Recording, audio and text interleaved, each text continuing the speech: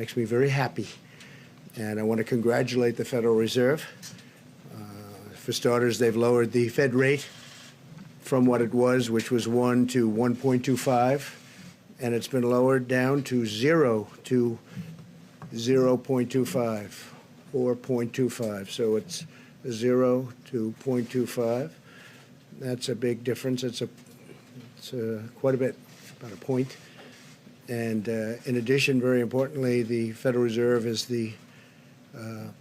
going to be purchasing $500 billion of treasuries and $200 billion of mortgage-backed securities, and that number can increase.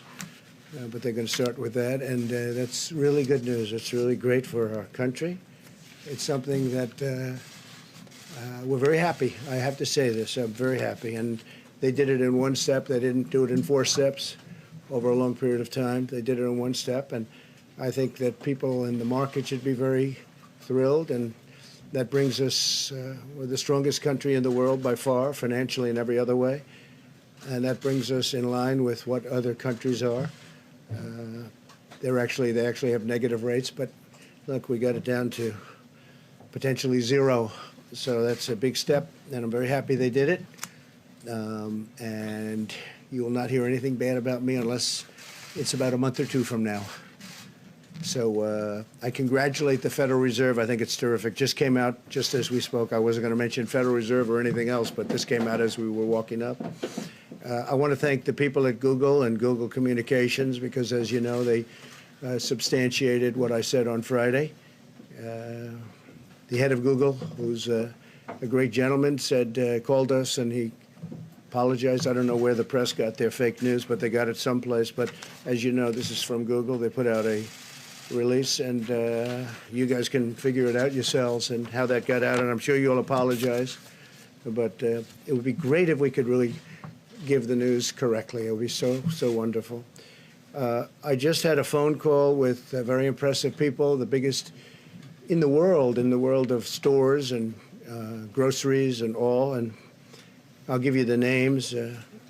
Dave Clark, Whole Foods, Mark Clough, CEO of Campbell Soup Company, Brian Cornell, CEO of Target, Randy Edeker, Chairman and CEO, President of Hy-Vee, Jeff Hammering, CEO of General Mills, great company, Kevin Burakan, President and CEO of Cisco, Craig Jelinek, CEO of Costco, Todd Jones, CEO of Publix Supermarkets, Donnie King, Tyson Foods, David McLennan, Chairman and CEO of Cargill, Rodney McMullen, CEO, Chairman of Kroger, big company, Doug McMillan, CEO of Walmart.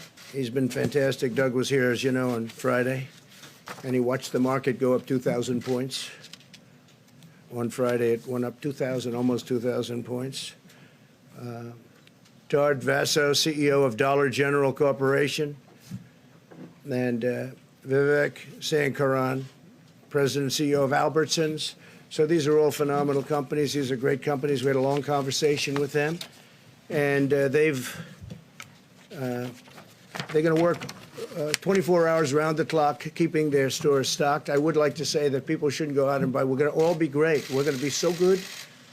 We're going to do what's happened with the Fed is phenomenal news. What's happening with all of these incredible companies is phenomenal news.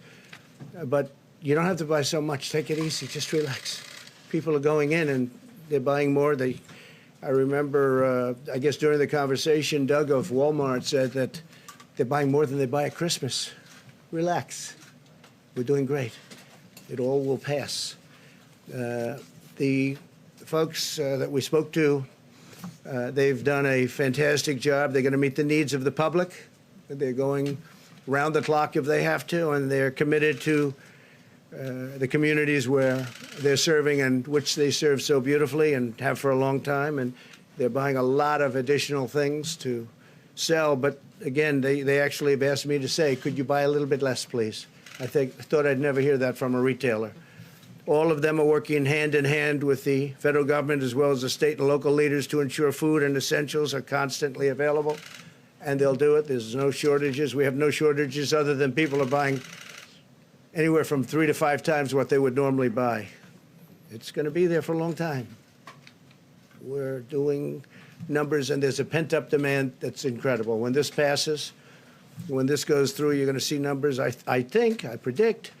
I guess I'm allowed to predict just like Wall Street people are allowed to predict, and they're pretty much in agreement. You're going to see there's a pent-up demand like a lot of people, including me, haven't seen before. But this has to get through. They know they're getting through the crisis and will require an all-of-America approach, and that's very important. They're committed to remaining open during this crisis, totally open. They have to stay open. Those stores have to stay open. They supply our country. Our supply chains in America are the most powerful in the world, and they're all working very hard. They're working around the clock, and the stores are stocking up at a level that's beyond Christmas time, and it's great. It was very reassuring speaking to these people. They have it totally in hand. There's no need for anybody in the country to hoard essential food supplies. They said to me, could you please tell them, just go and buy, enjoy it, have a nice dinner, relax, because there's plenty, but you don't have to buy the quantities because it's hard to refill the stores on a basis as rapid as they're refilling them. And we are using the full power of the federal government to defeat the coronavirus, and we will do whatever it takes, and we're doing, I think, really, really well. A lot of good things are going to happen. I want to thank all of the people standing behind me. You know, these are phenomenal people, and we have some of them right over here, but the people behind me have been working round the clock, and they're doing an incredible job. We see what's happening. We see what's going on in other countries. We're looking we're learning from watching other countries, frankly. There's a very contagious virus. It's incredible, but it's something that we have tremendous control of. I think very important, the young people, people of good health, and groups of people just are not strongly affected.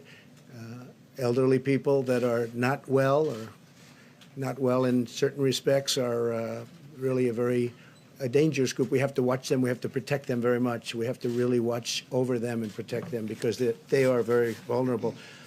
And with that, if it's okay, I'm just going to go and make some calls. I'm talking about Federal Reserve. I think it's a tremendous thing that took place just now. I didn't know I would be surprised on a Sunday. I don't know if that's ever happened on a Sunday before, but I would think there are a lot of people on Wall Street that are very happy.